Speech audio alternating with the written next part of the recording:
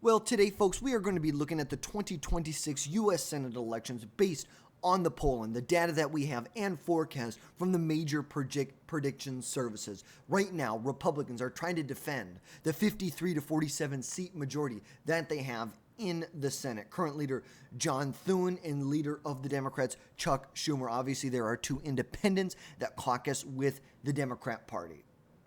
Now, Republicans have a major opportunity to hold on to power in the second half of President Donald Trump's term. Republicans are uniquely, and I mean uniquely, positioned going into this election. Republicans have the fewest number of vulnerable seats in recent memory, data going back to 1994. There's only one seat that Republicans have that Kamala Harris won in 2026. Meanwhile, Democrats have two seats that President Donald Trump won in 2024 that have a Democrat running or a Democrat-held seat that's open in 2026. So let's begin.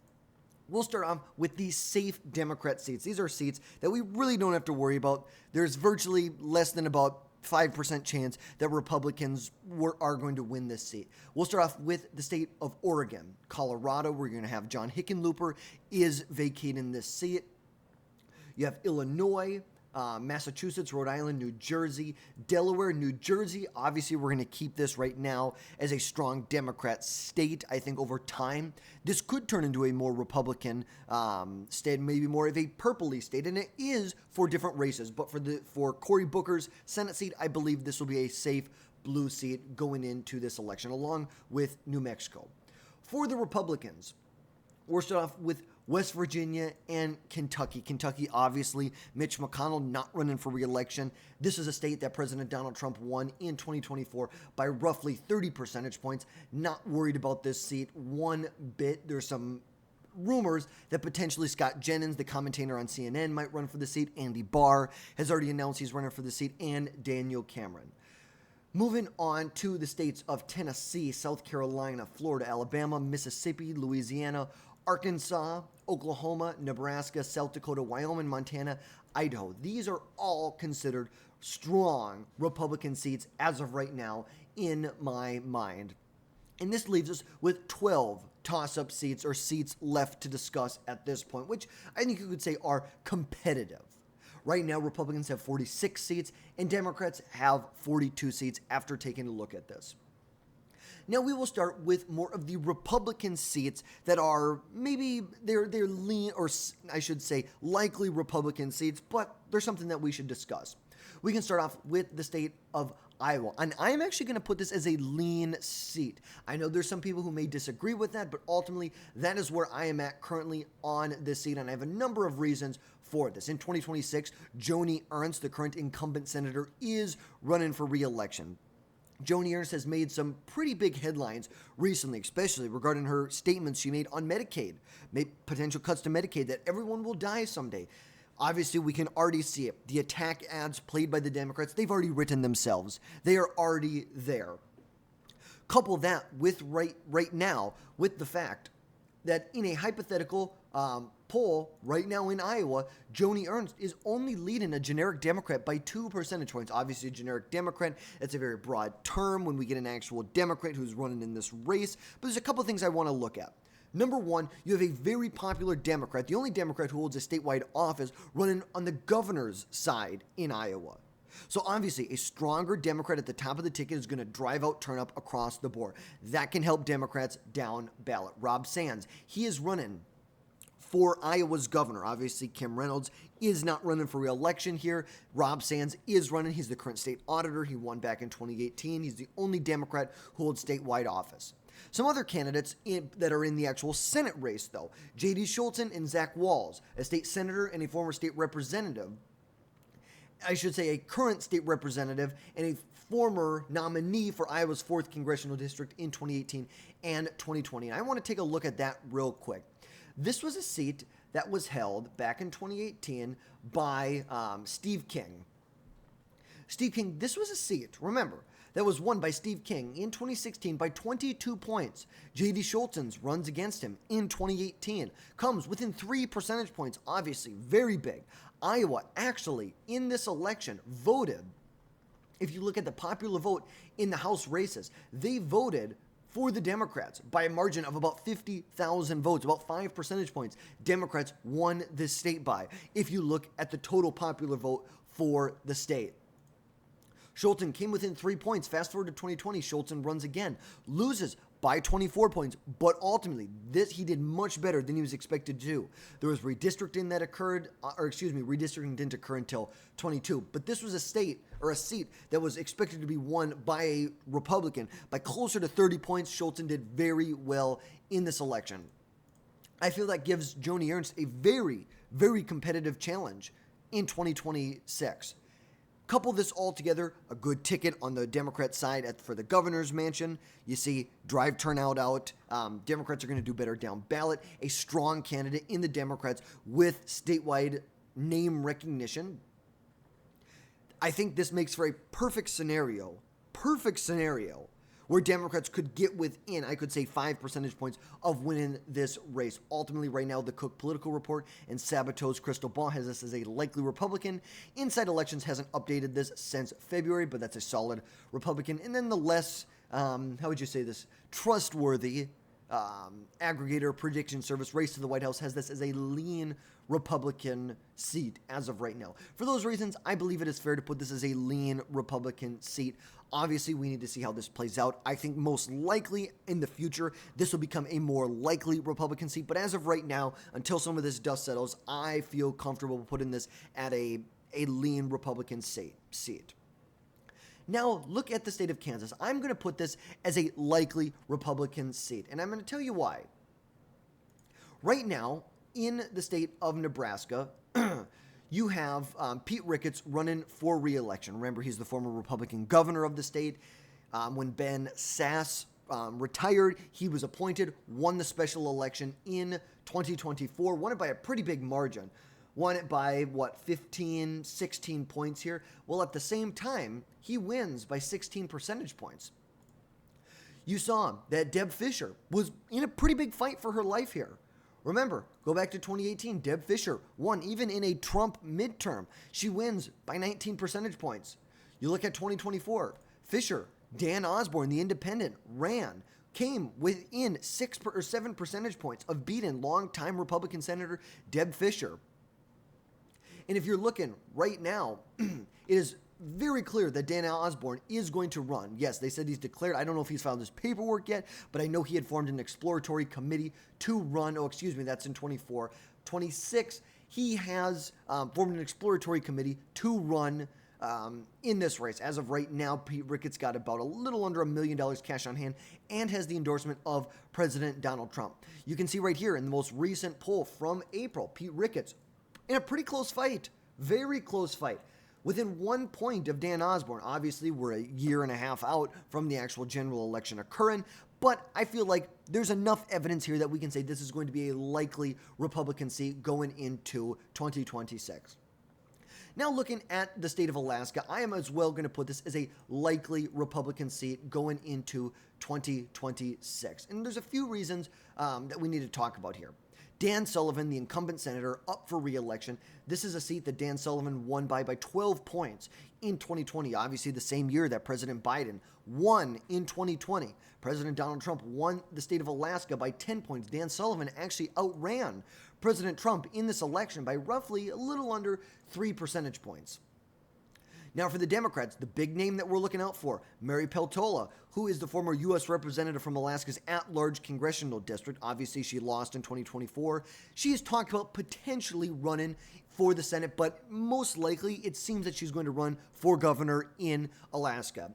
For those reasons, that's why I have it where it is right now.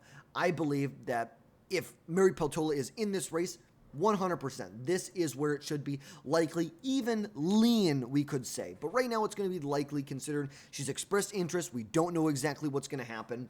But if she decides that she's going to run for governor, this will very quickly become a safe Republican seat. Now, looking at the state of Texas, as of right now, I'm going to list this as a likely Republican seat. And there's a couple reasons why we want to talk about this. John Cornyn, the incumbent senator, is in for a fight of his life. This is the political fight of a lifetime that he is up for right now. John Cornyn is being primaried by longtime Texas Attorney General Ken Paxton. They represent two different sides of the Republican Party. John Cornyn represents much more of the establishment wing of the party. Ken Paxton, much more of the hardline conservative wing of the Republican Party. John Cornyn, although, has picked up a number of endorsements. John Thune, the majority leader. Tim Scott, he is the head of the Republican National Senate, or the National Republican Senatorial Committee. They control all the money. They control all the fundraising for 2026, and their goal is to defend. And I say defend incumbents. That would mean we are defending John Cornyn. I believe Cornyn would probably do better in a general election. Maybe not. I still think Ken Paxton would win. I think Cornyn would do a little better, but let's look at the data right now. Ken Paxton has picked up a couple of different endorsements. John Rich, the singer, Gun Owners of America, and two U.S. representatives, both from Texas, have endorsed him. But John Cornyn does have the incumbency edge. He's got $5 million cash on hand right now as of March. Let's wait to see. Let's wait to see until the next filing date comes out. We see how much money he has on hand. But Ted Cruz and Donald Trump have notably refused to endorse in this race as of right now. In the Republican primary, we can see Ken Paxton easily beating John Cornyn in every single poll. Most polls are over 10 percentage points. I believe about 7 of these polls are more than a double-digit separation between the two. That is just insane. And you can clearly see right here that when put up against someone else, John Cornyn is losing to someone else. And couple this with the fact that Democrats are most likely going to run a stronger candidate like Colin Allred or Beto O'Rourke. Yes, Beto O'Rourke came within 2 points in 2018 of beating Ted Cruz. Fast forward to 24, Cruz beat out Colin Allred by about 8 percentage points. It was a lot closer than Trump won. Cruz fell behind Trump by about 6 or 7 points, but I think you can say a lot of that had to do with the fact that Mitch McConnell, the Republican fundraising arm of the Republican Party for the Senate, refused to give Ted Cruz any money. He did it all himself. For these reasons, I believe if Allred or even O'Rourke, I think Allred would probably be the better candidate on the Democrat side. But you can see right now, the Cook Political Report has it as a solid Republican. The Sabatos Crystal Ball has this as a likely Republican. And if you're looking at hypothetical polling, you're seeing John Cornyn beating Colin Allred by 4 percentage points. Ken Paxton leading Colin Allred by 2 percentage points. And even in one poll from Brad Parcells, who is a Republican pollster from earlier this year, showing Colin Allred beating Ken Paxton by 15 points. I think that's probably a toss-out. You look at these numbers here. Wesley Hunt, we didn't talk about him, but a Republican congressman, if he were in this race, would beat out Colin Allred. John Cornyn beating out Beto O'Rourke by 6 points. Ken Paxton beating out Beto O'Rourke by 4 percentage points. So obviously, you can see in a general election, John Cornyn has much more appeal. Not a ton, but a decent amount more appeal when you're talking in a race that's going to be decided probably between 5 to 10 percentage points. So depending on what Republicans do, I think right now it's most likely that John Cornyn will be the nominee. I think it's going to be a battle. I think it's going to be close. I think Cornyn will squeak it out. But also, I don't think it's that far off to consider the idea that Paxton could be in this race. I think either way, I'm going to leave it where it is right now. We're going to have to see more data if it comes out to see if we move this to the lean. But I have this as a likely Republican seat as of right now. Now, another seat that I have as a likely Republican seat is the state of Ohio. Ohio, this was the seat that was held by J.D. Vance. J.D. Vance obviously is the Vice President of the United States. He's the tie-breaking vote in the Senate right now. After he became vice president, Governor Mike DeWine of the state of Ohio nominated Lieutenant Governor John Husted. He was appointed to the seat. Husted will now be running for a full 6 years in the Senate.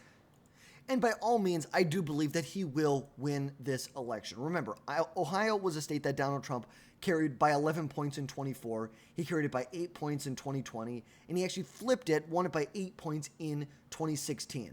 You go look at J.D. Vance. He won this seat in 2022 by 6 points over former Representative Tim Ryan. And in 2024, Bernie Moreno beat out Sherrod Brown by roughly about 3.5 percentage points here. So obviously, when Donald Trump isn't on the ballot, the margins are going to be closer. There's no doubt about that. But I believe they have a strong candidate in Vivek Ramaswamy at the top of the governor's race. They're going to drive out more and more votes. This is a turnout game. How can we turn out more and more people in this state? Now, Do I think it could get closer? Absolutely. I think if Democrats decide that they're going to endorse someone like Sherrod Brown, maybe like a Tim Ryan, I think that there's a good possibility that this could move to maybe a lean Republican category. But as of right now, until we know anything further, I believe that this will be a likely Republican seat. John Husted, he's the technical incumbent, has Donald Trump's endorsement, has roughly $1 million cash on hand. Inside Elections has it at a solid Republican. The Cook Political Report and Sabato's crystal ball has it a likely Republican. Race to the White House has it as a toss-up. I don't think so. You look at the polling data right now, John Husted is beating Sherrod Brown in a head-to-head matchup by roughly 3 percentage points. John Husted beats Tim Ryan by 6 percentage points in this race. But remember, Tim Ryan and Sherrod Brown, they could also run for governor, so we just don't know where they're going yet, and that's why we are keeping this as a likely Republican seat going into 2026. Now, a seat that's going to be likely for the Democrats, we're going to kind of shift gears, move over to the Democrat side of the aisle. We're going to look at the state of Virginia, where you have Mark Warner, who's going to be running for re-election, the incumbent senator, who's roughly has $8 million cash on hand. This, I would have classified this under any normal circumstances as a safe Democrat seat. But as of right now, I'm going to have this as a likely Democrat seat. And I'll explain why. 3 words. Governor Glenn Youngkin.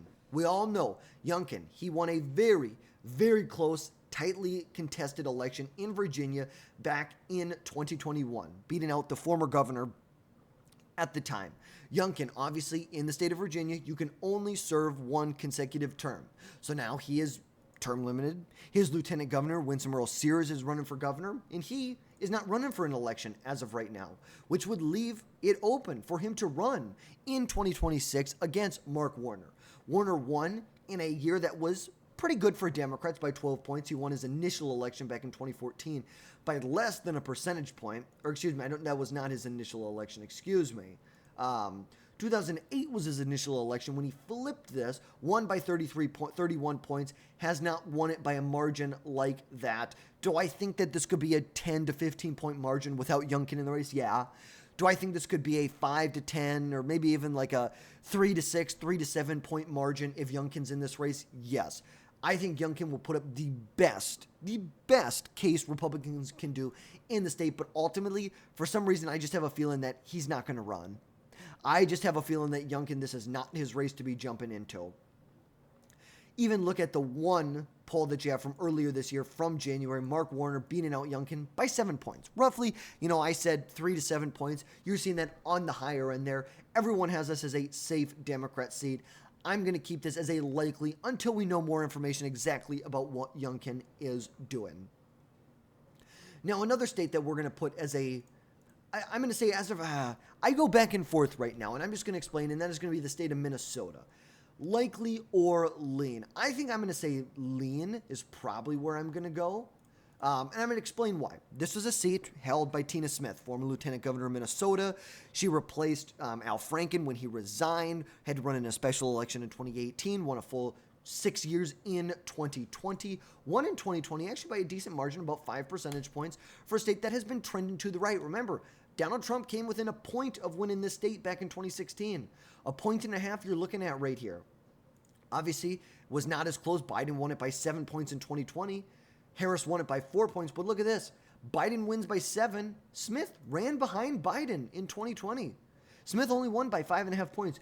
Let's be clear, she is no Amy Klobuchar. She is not Amy Klobuchar.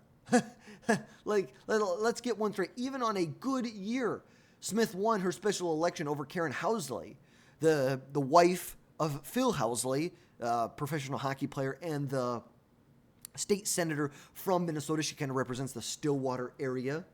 But 2020, Smith wins by about 5 points. Underplays are, she runs beneath what Biden's margin was in 2020. So obviously, she's not running for re-election. We have Angie Craig. She's a representative from Minnesota's 2nd Congressional District. You have Peggy Flanagan, who's the lieutenant governor. Melissa Lopez Franzen obviously said she was not going to run here. Obviously, there were some other names that were being thrown out here. People like Melissa Hortman, obviously, the the former Speaker of the Minnesota House who was murdered in a what you could almost, I think you could say, a terrorist attack. I'm going to be honest with you. I don't live very far from where she lives. I don't. My office was on lockdown when that happened. Obviously, it was on a Saturday, and I was not near it when it happened. But it's very sad. Very, very sad what happened. To John Hoffman, Melissa Hortman, it was a disgrace what happened. And I think you can say it was a terrorist attack. I do think you can call it a terrorist attack. But getting back to this, we pray for them. They're always in our thoughts and prayers. And we hope that John Hoffman recovers and his wife Yvette, they recover to the best that God, to the best that they possibly can. And we pray to God that they do better, that we do better as a society. But we're going to move on from this right now.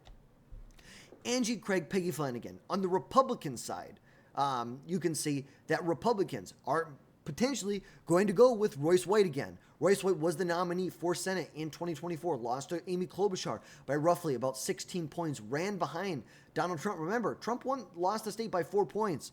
He ran behind Trump by double digits in 2026. Obviously, a terrible, terrible candidate. Adam Schwarzy, who's a Navy SEAL, has also been making some pretty big waves in the state. Some other names that have been thrown out there: Julia Coleman. She's the daughter-in-law of former U.S. Senator Norm Coleman, the last Republican senator we had in Minnesota. Michelle Tafoya, the political consultant and journalist. Karen Housley, Kendall Qualls. He's actually running for governor, so yeah, well, that's not going to happen. But maybe we could see a Tim Pawlenty. I would love to see a Tim Pawlenty happen. But ultimately, right now, you can see Peggy Flanagan has some big endorsements from, I think you could say, some more. She's a much more liberal candidate, much more progressive candidate.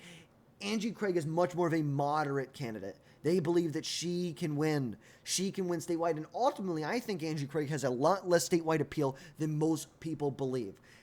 Let's see, you can see they have this as a lean. Most people have this as a lean or a battleground. And let's see, and they don't have any polls as of right now in the Democrat primary. If you're looking at the poll, and right now, Peggy Flanagan outpacing Angie Craig by about by a 1-2 margin, with about 1 out of every 4 voters undecided in this state. Obviously, there's a lot to dissect here. I think Democrats will win this somewhere. I think this is a lean Democrat seat. If Royce White is the nominee, I think it'll be even worse. I could probably move this to a likely Democrat seat, but maybe, who knows? Maybe Royce White is able to turn out certain parts of the electorate that Donald Trump was able to turn out in 2024. Some of those low propensity voters, maybe he's able to do that. I'm unsure. I personally don't like Royce White very much, but doesn't mean that he can't win. It doesn't.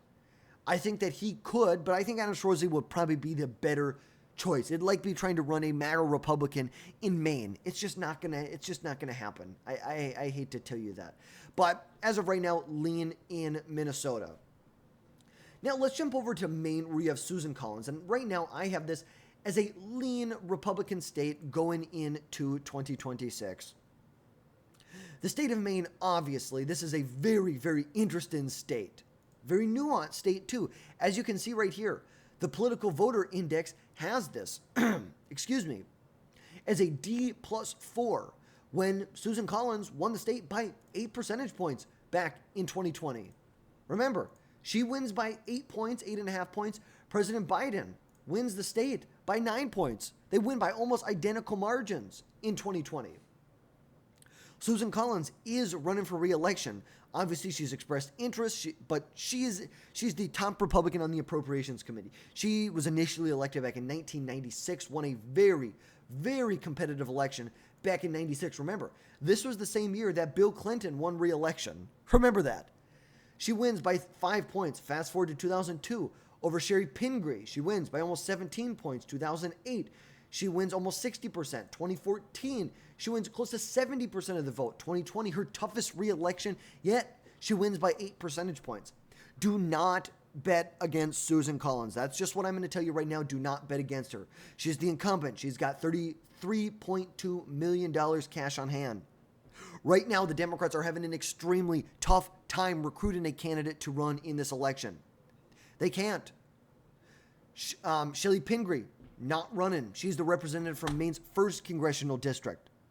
Not running. Jared Golden, the very popular Democrat, the blue dog Democrat from the state, who won in a congressional district. Donald Trump wins the congressional district 2 by 9 points at the same time when Jared Golden wins the congressional district by a point or a half a point.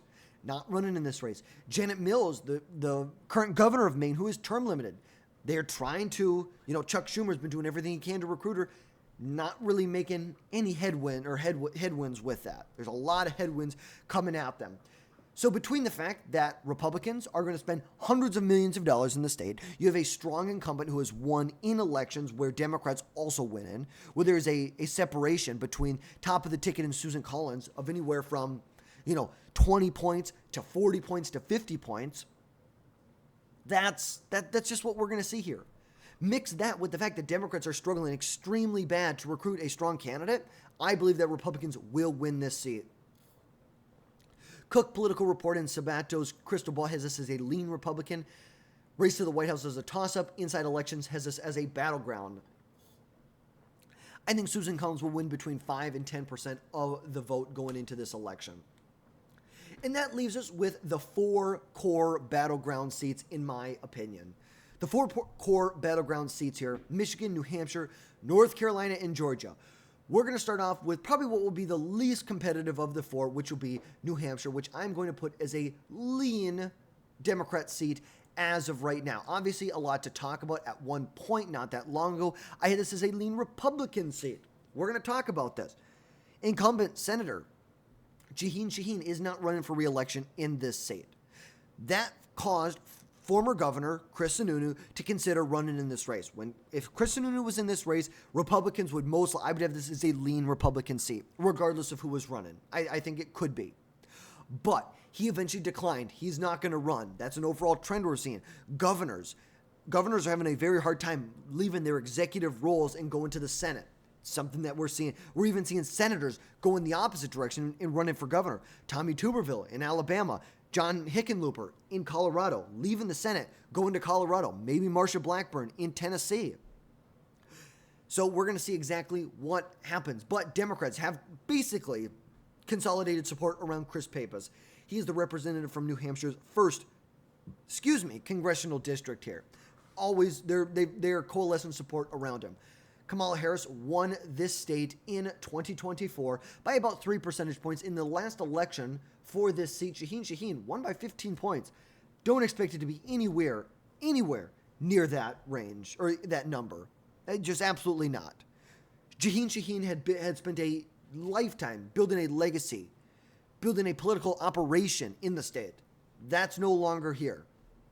Chris Pappas, obviously, getting a lot of endorsements, has roughly $1 million cash on hand. Right now, Republicans, the best they seem to have, Scott Brown. He was a former senator from Massachusetts. He ran and was very close to beating Jeanne Shaheen back in 2014 in this seat. He came within 3 percentage points of beating Shaheen in 2014. He was also the former ambassador to New Zealand and Samoa under the Trump administration. Obviously, I think Scott Brown, when he was a senator from Massachusetts, he was one of the most bipartisan senators in the Senate at that time. I think if anyone can win this race right now, I think he can. Obviously, Chris Sununu, I think, would have a better opportunity. Kelly Ayotte would probably have a better opportunity. But Scott Brown, I believe, can do it. It's just going to be more difficult. But right now, most people have this as a lean Democrat or a tilt Democrat seat as of right now. Hence why I have this as a lean Democrat seat. Look at the state of Michigan, where you have incumbent Senator Gary Peters not running for re-election. Where can we find Michigan? This, according to the political voting index, or partisan voting index, this is an even state here. Remember, this is a state Donald Trump won by roughly 1.5 points in 24. Biden won it by almost 3 points in 2020. Trump wins it by 1/4 of a point in 2016. Before that, this was a blue wall state. This was the blue wall that made sure Democrats were insulated and could win elections. The last time it was won by a Republican, I think you have to go all the way back to the 80s. No, yes, 88. Last time, George H.W. Bush won it. Clinton won it in 92. Democrats won it every year until 2016. Every year until 2016. Remember, look 2024, Donald Trump wins the state by about 1.5 points at the same time, when on the Senate side, they elect a Democrat Senator, Alyssa Slotkin, by about 1/4 of a percentage point, beating out Mike Rogers, the former CIA agent. He also was a representative from Michigan. Now, most likely, we're probably going to see Haley Stevens leading the ticket for the Democrats. That seems most likely as of right now. Joe Tate, Mallory McMorrow, Abdul Al-Sayed, they're much more of a long shot. You look at the polling, Stevens is leading in basically every poll. McMorrow not too far behind, but you also look at the hypothetical polling. Whitmer would have been the best, but obviously she has her eyes set on 2028. You look at the Republican side, Mike Rogers is in this race, and he's doing everything he can to stop anyone else, especially Bill, I don't know how to say his last name, but Huenga, I'm going to say the representative from Michigan's 4th Congressional District, from running. He's trying to do everything, including coordinating with Donald Trump, to tell Bill, the representative from Michigan's 4th Congressional District, run for re-election. Let the support coalesce around Mike Rogers. Mike Rogers even just announced that they announced 100 different campaign chairs throughout different counties throughout Michigan. Obviously trying to lay the groundwork, build on the momentum he had from 2024 to potentially win in this race. But remember, there's also an open governor's race that people are running for. So obviously it kind of split the party here on who's running in what race. But as of right now, I would say just based on the climate, the fact that Democrats won here in 2024, I think that this is a slight. Democrats barely sneak by in this election. I feel like that is a safe characterization for the state. Now looking at the two most competitive, we'll start with the least competitive of the two, and that will be the state of North Carolina. Tom Tillis. This has a partisan voting index of a plus or an R+1. Republicans feel that this is the most vulnerable seat that they are trying to defend in 2024. Tom Tillis will be seeking a third term to re-election. Democrats have not won a Senate seat in North Carolina since 2008. And North Carolina is a swing state, but it is the one swing state that actually voted for Donald Trump in 2020. All the other swing states voted for Biden. Trump won. This is how he won. Arizona, Georgia, North Carolina, Pennsylvania, Michigan, Wisconsin. Obviously, he flipped places like Iowa, like Florida, like Maine's 2nd Congressional District, like Iowa. He needed all of that. But at the same time, this is how we got there. You look at the core swing states, Wisconsin, Michigan, Pennsylvania, North Carolina, Georgia, Arizona. That's how he got there. Florida too, yes, it was very close, but you see how Florida is now. This is a Trump plus 15 state now. But obviously, Donald Trump won 3.5 points in 2026. This is going to be interesting because there is already a lot of people who want to primary Tom Tillis. Obviously, Tillis has got a number of different endorsements from basically most senators, most U.S. senators, Republican senators have endorsed him. He's got $4 million cash on hand. But in some not so great polling from November, Laura Trump was up on Tillis by 50 points. Tom Tillis was losing to someone else by 5 percentage points. And in a head-to-head matchup against Mark Robinson, which, Robinson's not going to run, and that's a terrible choice. Tillis was winning, but that's not much to say. The big question is, will former governor of North Carolina, Roy Cooper, the four-term attorney general, the 2-term governor, the guy who has built the biggest Democrat political operation in the state of North Carolina, will he run? Will he run? They expect a decision in June of 2025. That's what they expect. Look, today's the 24th of June. We've only got a week to go here. We've only got a week to go. And I think that he will most likely jump in this race. And I think if he does jump in this race, I will put this as a tilt Democrat seat as of right now. Obviously, I think the closer we get to Election Day, I think this could become much more of a toss-up, might even become a lean Republican seat. Remember, look in 2020. Obviously, Cooper has appeal that is second to none in the state. But remember, polling showed up and down the ticket that Cal Cunningham was going to win this election. Almost every poll, there was not even 10 polls that showed Tillis was going to win. Not even probably 5. But somehow he still sneaks out a win by roughly 100,000 votes in this election. So I think Republicans is probably the most vulnerable seat. We're going to see what happens, but if Roy Cooper's in this race, this is a tilt Democrat seat. If Cooper's not in this race, I have this as a tilt Republican seat. As of right now, I'm going to assume Cooper will be in this race. We're going to put it here. Look at Georgia, the prized position, the most vulnerable Democrat up for re-election in 2026. His name is Jon Ossoff. He won an extremely, extremely close runoff election in 2020 against former Senator, or I guess now former Senator, David Perdue. He lost the initial vote, but because neither candidate made it to that 50% threshold, it went to a runoff. That's where we are now.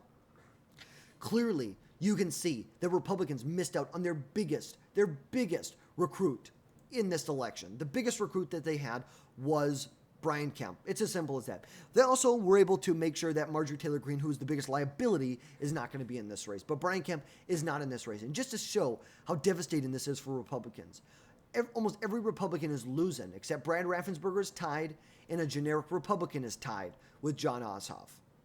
But Brian Kemp was consistently winning across the board in the polls. He was the most formidable candidate. Remember, Brian Kemp is winning at the same time when Democrats elect Warnock to re-elect Warnock in 2022 by 3 percentage points. That's at the same time when Republicans in the state re-elect Brian Kemp by almost 8 percentage points in the state, which is insane. They also re-elected their Attorney General, the Secretary of State. Brian Kemp can win in the state, but he's not running, and we need to get over it. It's more like, Shepard, you need to get over it. Get over it. Right now, race to the White House has this as a lean Democrat. Most people have this as a toss-up. Right now, I think most likely we're going to see someone along the lines, in the Republican Party, like a Buddy Carter, someone like a Mike Collins, a Rich McCormick, a Brian Jack. I think Brian Jack would be a good choice. But you need someone, you cannot nominate a crazy MAGA, and I don't want to say crazy, but someone who's a hardline conservative Republican. You just can't. But if you do, they need to have broad appeal like Brian Kemp. You cannot be a MAGA Republican. You have to be a conservative Republican. Very big difference. Very different. Conservatives can still win in the state, but there's a lot of things to look at that show that it's not looking good for Republicans in this state. You look at the entire country here. Most of the country moved to the right. Where did it move to the left the most? Right here in Georgia. Right here in Georgia. Come down here. Look at Fulton County. Look at DeKalb County. Look at these counties. Rockdale County. These shifted more to the right, more to the left than the country did. And a couple things to look at here. In these suburbs around the Atlanta area right here, there has been rapid growth of the African-American community in the Atlanta metro. 7 out of the 10 fastest growing black communities in America are in the Atlanta metro area. The fastest growing black areas, which obviously we know they support Democrats. That's why you're seeing this. It's kind of a transplant, an inorganic growth, you could say. But there's a lot to look at here. And to just put it in perspective how much the African-American community has grown in these areas. In Gwinnett County, right in the metro, let's see, it's right, it's easier to find on a map like this, but Gwinnett County, this is a county that's voting for Donald Trump, for Kamala Harris by 6 points. Right here, for reference, back in 2000, and let's go look at what this looked like back in 2000. Gwinnett County voted for Bush by 31 points. This had a white population of 67% in 2000. Fast forward to 2020. Gwinnett County has roughly a 34% population of white people in 2020. Obviously, did Gwinnett move a little bit to the right? Yeah, it did. Just in the slightest. 1.7 percentage points to the Republican Party. It shifted. But the Atlanta metro area has been kind of the opposite of some of these, of most of the country. Atlanta has been a magnet for liberal transplants from blue states, from red states, because of the affordability, the cultural issue, the cultural, feeling that they have there, the progressive values that they embody there, and the job opportunities that are there. It's almost second to none. Georgia's a great place. But who knows how much longer it's going to be with tons of liberals moving there. People are leaving places like California, like New York. Look how much. Look at this. Look, You want to talk about where Democrats have really royalty screwed themselves. Look in Florida. Go back to 2012 with Barack Obama. Obama wins Palm Beach by 17, Broward County by 34, Miami-Dade by 23. Fast forward to 24, Trump barely loses Palm Beach. Broward County is still cuts the margin in half, and he wins Miami-Dade. This is Hispanic voters. Same thing down here. Go back to 2012. You can look from past elections how much it's moved. Just from 2008, look how much these counties have moved. 34 points to the right, 41 points to the right, 85 points to the right, 58 points to the right, 45 points to the right, 47, 75. Massive movement to the Republican Party with the Hispanic community. But with the African American community, it is a Republican or a Democrat stronghold. And for these reasons, in this race here, I believe that Jon Ossoff is well positioned to win re-election. Well positioned. I'm not going to say he's going to win by 5 points. Absolutely not. But I think for a Democrat, in a state that voted for Brian Kemp by 8 percentage points, I think he is uniquely positioned. I think if Republicans are able to get a good conservative who has broad appeal, not a lot of baggage, I could very much put this as a tilt Republican. But because that candidate has not emerged yet, I think you can only put this as a Democrat hold, a tilt. Democrats win this by a point or two. Very, very close election here. But this is my 2026 election map based on the polls, based on the data that we have for 2026. Now, if you like this content, drop down below, hit that subscribe button, let me know your thoughts down below, and folks, we're going to catch you next time.